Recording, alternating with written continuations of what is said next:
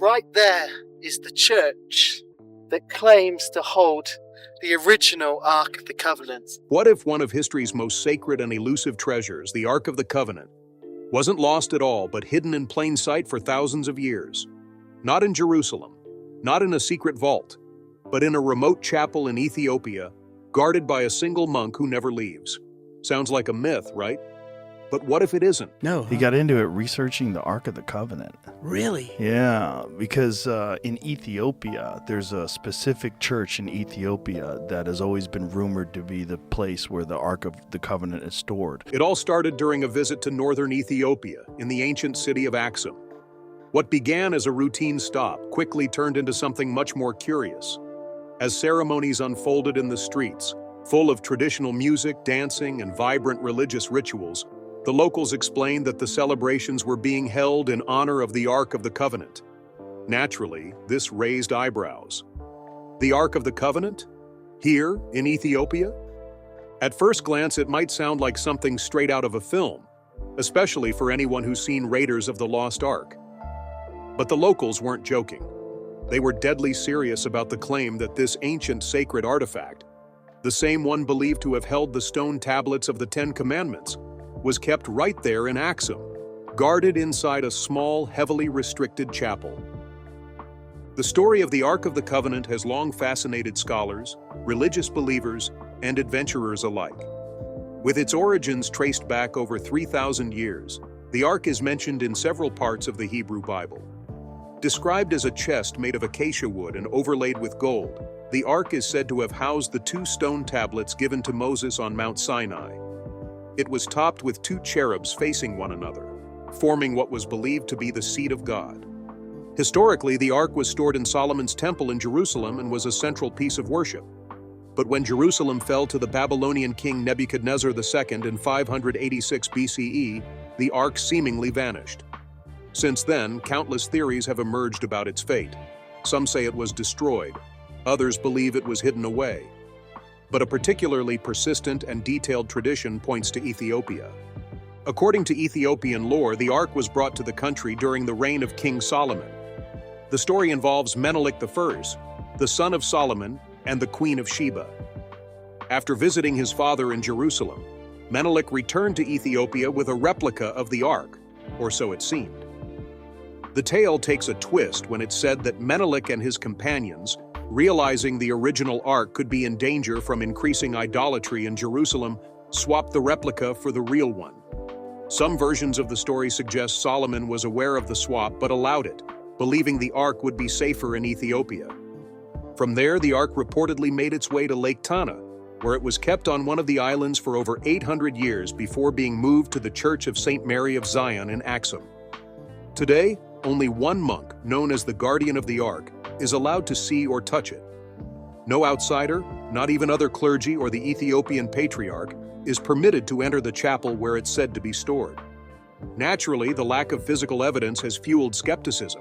No independent observer has confirmed the presence of the Ark in Axum, but the belief remains strong within the Ethiopian Orthodox Church, which sees the Ark not just as a religious relic but as a central piece of its identity. Every church in Ethiopia contains a replica of the Ark, called a tablet, which plays a central role in religious processions and ceremonies, especially during the festival of Timket, a celebration of Epiphany. While the Ethiopian claim may seem unique, the Ark's disappearance has led to speculation across the globe. Some theories suggest it may have been hidden beneath the Temple Mount in Jerusalem, smuggled to southern Egypt, or taken to a remote location to prevent it falling into enemy hands. Despite the various stories, few claims have maintained the consistency or spiritual weight found in Ethiopia's narrative. Interestingly, this story isn't just a local legend passed down verbally. It's deeply woven into Ethiopian national identity, culture, and literature. The Kebra Nagast, a 14th century Ethiopian text, outlines the Ark's journey from Jerusalem to Axum and portrays it as divine proof of Ethiopia's chosen status in God's plan. This book has been instrumental in shaping Ethiopia's royal lineage and the Solomonic dynasty, which ruled the country on and off for centuries, with emperors claiming direct descent from Solomon himself. From a historical and archaeological perspective, there are still unanswered questions. Scholars like Edward Ullendorf, a renowned expert on Ethiopian history, once reported having seen what was claimed to be the Ark inside the Axum chapel. In his assessment, however, the object was a medieval construction rather than an ancient relic. He chose not to speak publicly about it for many years, fearing backlash or the risk of offending the religious community. Despite this, there's no denying that the Ark story in Ethiopia holds a remarkable level of continuity. Unlike many ancient claims that fade into obscurity, the Ethiopian tradition remains alive and active. Pilgrims, scholars, and journalists continue to visit Axum even though they know they won't be allowed to see the artifact. The mere idea that the Ark might reside there draws people from around the world. Then there's the matter of the church itself.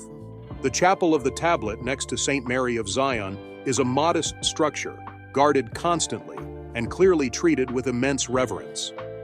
The guardian of the Ark, selected from the monastery's monks, remains within the chapel compound for life and is never allowed to leave. His role is not only spiritual but also symbolic, serving as a living link between the artifact and the Ethiopian people. While no physical proof has yet emerged to verify that the real Ark is there, the power of belief cannot be dismissed. For the Ethiopian Orthodox Church and its followers, the Ark is not just an artifact or a piece of biblical history. It represents divine favor, national pride, and a direct connection to a sacred past that continues to shape the present. Moreover, the idea of the Ark being in Ethiopia has persisted not in isolation, but in dialogue with global religious traditions. Christianity, Judaism, and Islam all regard the Ark as a significant spiritual object. And in Ethiopia, where Christianity took hold as early as the 4th century, its connection to the Ark has helped anchor centuries of religious continuity. The continued mystery surrounding the Ark fuels both faith and fascination. For historians, it's a puzzle with few pieces. For believers, it's a symbol of divine preservation. Whether it's ever definitively proven or not, the story of the Ark in Ethiopia has become a key chapter in a larger narrative about identity, power, and sacred history. In 1896, Ethiopia shocked the world by defeating Italy at the Battle of Adwa. It was one of the first major military victories by an African nation over a European power in the modern era, and it sent a strong message that Ethiopia would not be colonized easily. This defeat left a deep scar in the Italian national psyche, especially among nationalist factions who viewed it as a humiliation. For Benito Mussolini, who rose to power in the 1920s with grand visions of a new Roman Empire, reclaiming Italian pride through expansion into Africa became a key objective. By 1935, Mussolini had set his sights once again on Ethiopia, which he referred to as Abyssinia. With the world distracted and the League of Nations proving largely ineffective, Italy invaded Ethiopia in October of that year. What followed was not just a colonial war, it was a highly organized, propaganda-driven campaign to position Italy as a reborn imperial power. But for Mussolini and his regime, there was more to gain than land or resources. There were whispers of something much more symbolic. Ethiopia's historical claims about the Ark of the Covenant had reached the ears of Italian officials. The idea that the sacred biblical relic might be hidden within Ethiopian borders added a dramatic religious and mythological edge to the military campaign. The Italian forces swept in with advanced weaponry and brutal tactics. Chemical weapons, including mustard gas, were used against Ethiopian soldiers and civilians alike. The invasion was not just a show of dominance, but an exercise in dismantling Ethiopia's independence, cultural legacy, and religious authority. And yet, there is evidence to suggest that Italian interest extended beyond control of territory. Some historians argue that Italian military operations were carried out near historically and religiously significant sites, including Axum and Lake Tana, areas closely linked to the Ark's supposed journey. At the time, Ethiopia's Orthodox Church held considerable sway. It wasn't just a religious institution, it was central to Ethiopian identity and political structure. The church also presented a theological challenge to Rome. Despite both being Christian, the Ethiopian Orthodox Tewahedo Church and the Roman Catholic Church differed on key doctrines, and perhaps more importantly, neither recognized the other's supremacy. For the Vatican, Ethiopia's claim to Christianity that predated European Catholicism was quietly uncomfortable. So when Mussolini invaded Ethiopia, many expected the Vatican to speak out in condemnation. The League of Nations protested, and a handful of global leaders raised concerns. But the Vatican's reaction was far more muted. Pope Pius XI remained notably silent during the invasion, drawing criticism and speculation about the Church's motives. Some believed the Vatican stayed quiet to preserve relationships with Italian Catholics, who might have been torn between their national identity and their religious loyalty. Others suspected that the Vatican quietly supported Mussolini's efforts, seeing an opportunity to assert Roman Catholic influence over Ethiopia's Orthodox Church. Although there is no official documentation that the Vatican endorsed the war, certain members of the clergy openly supported the campaign. One such figure was the Archbishop of Taranto, who described the invasion as a holy mission, a crusade to convert Ethiopians and bring them under Rome's religious authority. In his view, the campaign wasn't simply a military conquest, it was a spiritual one. He referred to Ethiopia as a land of heretics and schismatics, suggesting that the spread of Catholicism justified the use of force. The Italian campaign, combined with the Vatican's silence or passive complicity, reveals a deeper dynamic. This wasn't just about political power, it was about religious dominance.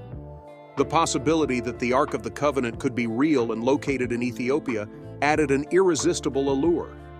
The artifact, after all, held immense symbolic power. It was tied to biblical authority, divine favor, and legitimacy.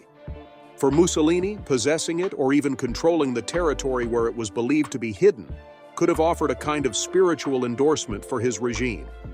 But the Ark was not easily found. According to Ethiopian tradition, its keepers were already experienced in safeguarding it from threats. Over centuries, it had been moved in times of danger, from Lake Tana to Axum, and occasionally even to remote monasteries in mountainous or island regions. Some accounts suggest the Ark was again moved during the Italian occupation, hidden away in caves or forests where invaders would never find it. This tradition of secrecy made the Ark virtually impossible to verify. For outsiders, the lack of access was frustrating. For the Ethiopian Orthodox Church, however, the secrecy was essential. The mystery surrounding the Ark only strengthened its significance. It was not meant to be seen. Its holiness was tied to its hidden nature. By the time Italy took control of Ethiopia in 1936, the country's religious and cultural institutions had already come under intense pressure. Churches were destroyed, religious figures persecuted, and artifacts looted. Over 1 million Ethiopians died during the occupation, including thousands of clergy members. While some of these acts were part of the broader violence of war, others seem to have been deliberately aimed at dismantling the Orthodox Church's power. And yet the Ark remained elusive. If the Italians were indeed looking for it, they didn't succeed.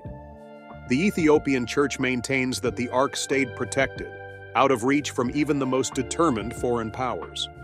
There's no solid proof that Mussolini or his forces had a specific plan to capture the Ark, but their actions, and their interest in Ethiopia's religious heritage, suggest it was more than just a passing curiosity. Italy's fascination with biblical relics wasn't new. The regime saw itself as heir to the Roman Empire, and reclaiming religious artifacts fed into that narrative. Holding something like the Ark of the Covenant, even symbolically, would have provided enormous propaganda value. To this day, the scars of that occupation remain. The Church of St. Mary of Zion still stands, and the Chapel of the Tablet is still guarded by a single monk. Ethiopia continues to mark the anniversary of the Italian invasion as a national moment of remembrance. And while Italy eventually returned the stolen obelisk from Axum in 2005, a gesture of reconciliation, the deeper spiritual and cultural wounds are harder to mend. In the end, the Ark of the Covenant was never publicly discovered. Whether it was ever in danger or even physically present in Axum during the occupation is still a matter of debate. But the fact that it remains such a central part of Ethiopia's identity and was such a point of interest during a brutal chapter of foreign interference shows just how powerful belief can be. As interest in the Ark of the Covenant continued into the modern age, The mystery around its possible location in Ethiopia attracted not only religious followers and national powers, but also independent explorers, researchers, and historians from around the world. Some were driven by faith, others by academic curiosity, and a few by the hope of fame.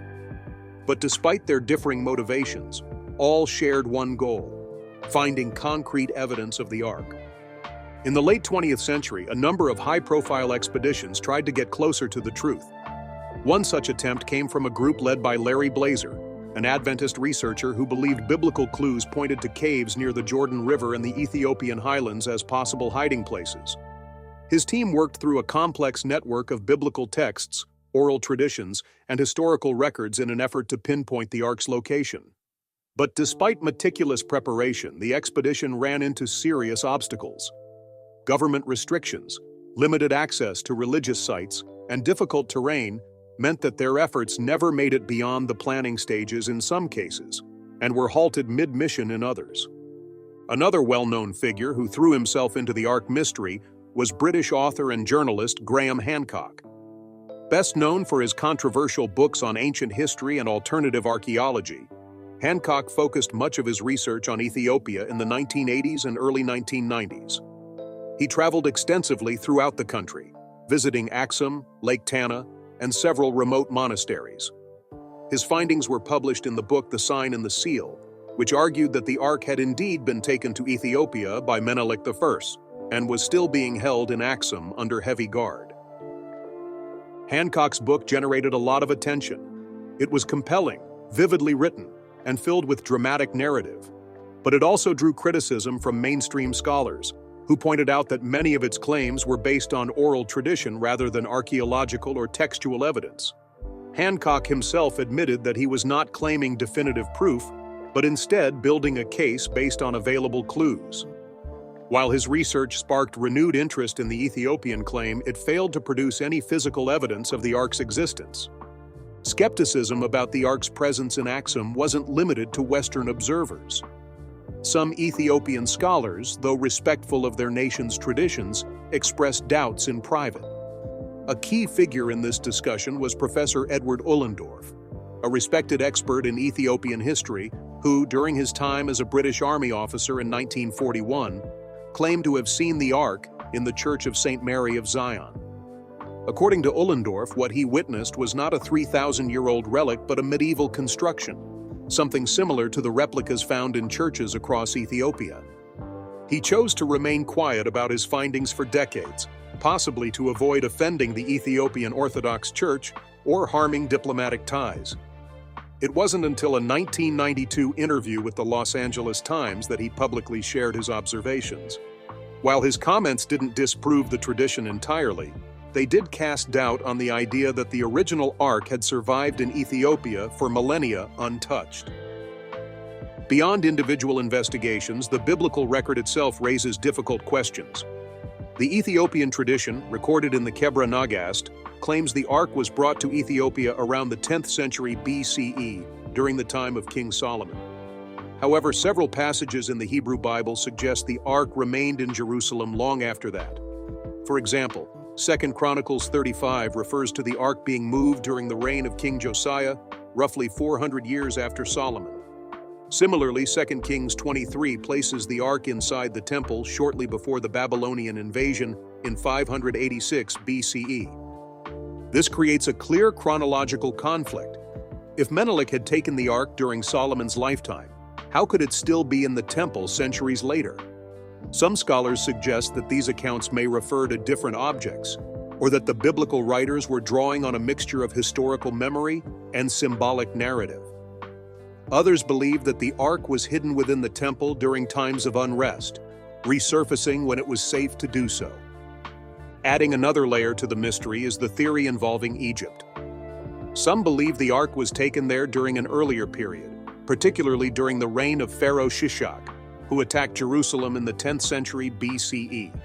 However, the biblical record says that although treasures were looted from the temple, there's no mention of the Ark being among them. Later references to the Ark still being in Jerusalem seem to support the idea that it was either never taken or was returned. The Egyptian theory remains popular in certain circles but lacks direct evidence. Then there's the question of Eritrea. Though often left out of the mainstream conversation, Eritrea shares many religious and cultural traditions with Ethiopia, including the reverence for the Ark and its replicas, known as tablets. The borders between Eritrea and northern Ethiopia were once part of the same kingdom, the ancient Axumite Empire. This historical connection has led some to speculate that the Ark, or one of its early replicas, could have passed through or been hidden in Eritrea during times of upheaval. The idea isn't far-fetched, especially considering how both nations celebrate Timket, a major religious holiday where tablets are carried in procession, symbolizing the Ark. While there is no concrete evidence pointing to the real Ark being hidden in Eritrea, the shared tradition suggests that the story of the Ark may have traveled and evolved across a wider region than often assumed. What stands out through all these expeditions, contradictions, and competing theories is how the Ark of the Covenant has transcended its biblical origins to become something much larger. It is no longer just an object described in Scripture. It has become a symbol of identity, of religious authority, of national pride, and of mystery itself. The mystery surrounding the Ark is part of what keeps it relevant. Every failed expedition, every unanswered question, and every contradictory claim adds to its aura. The lack of certainty seems to strengthen its cultural and religious value rather than diminish it. For believers, the idea that the Ark is hidden and protected only reinforces their faith. For skeptics, the lack of evidence fuels ongoing debate. Whether it was ever brought to Ethiopia by Menelik, hidden during invasions, or even exists today in any form, remains an open question. But what's clear is that the Ark, real or symbolic, continues to shape the way people think about history, faith, and power. Central to this story is the Solomonic dynasty, which claimed direct descent from King Solomon of Israel and the Queen of Sheba. According to Ethiopian tradition, their son Menelik I became the first emperor of Ethiopia, bringing with him not just royal blood but also the Ark of the Covenant. This claim wasn't just spiritual, it was deeply political. In a region where religious legitimacy was a key source of authority, the idea that Ethiopian kings had a direct link to biblical royalty set them apart from their neighbors and European counterparts. In 1270, the Solomonic line was formally restored after centuries of different dynastic rule. With it came a renewed emphasis on Ethiopia's sacred heritage. The text known as the Kebra Nagast played a central role in this revival. It served as both a religious document and a political manifesto. It asserted that the Ark had been brought to Ethiopia for safekeeping and that the country was now the guardian of this sacred trust. For the Solomonic rulers, this wasn't just mythology. It was a divine endorsement of their right to rule. This narrative made Ethiopia unique. While many kingdoms in medieval Europe tried to legitimize their authority through connections to the Church or ancient Rome, Ethiopia tied its destiny to one of the most revered objects in all of Abrahamic religion. The Ark wasn't just a relic, it was proof of divine favor. European powers, particularly during the Age of Exploration, took notice of Ethiopia's religious legacy. In the 16th century, the Portuguese became involved in Ethiopian affairs, partly driven by a desire to form an alliance against Islamic forces in the region. Figures like Cristóvão da Gama, the son of famed explorer Vasco da Gama, led military expeditions to support Ethiopia's Christian emperors against invading Muslim armies. These campaigns were not purely altruistic. The Portuguese hoped that by helping Ethiopia, they could establish stronger Christian ties and possibly gain access to sacred relics like the Ark. Prince Henry the Navigator and members of the Order of Christ were particularly interested in Ethiopia's religious sites. The idea of finding the Ark, or at least confirming its location, was appealing on multiple levels. Spiritually, it would reaffirm the universality of Christian belief. Politically, it would offer enormous leverage in a time when religion and state power were deeply intertwined.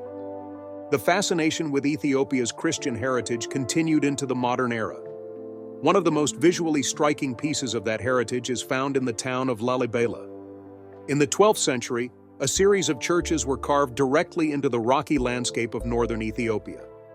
Commissioned by King Lalibela, these monolithic structures were meant to serve as a new Jerusalem for Ethiopian Christians, especially after the real Jerusalem had fallen under Muslim control.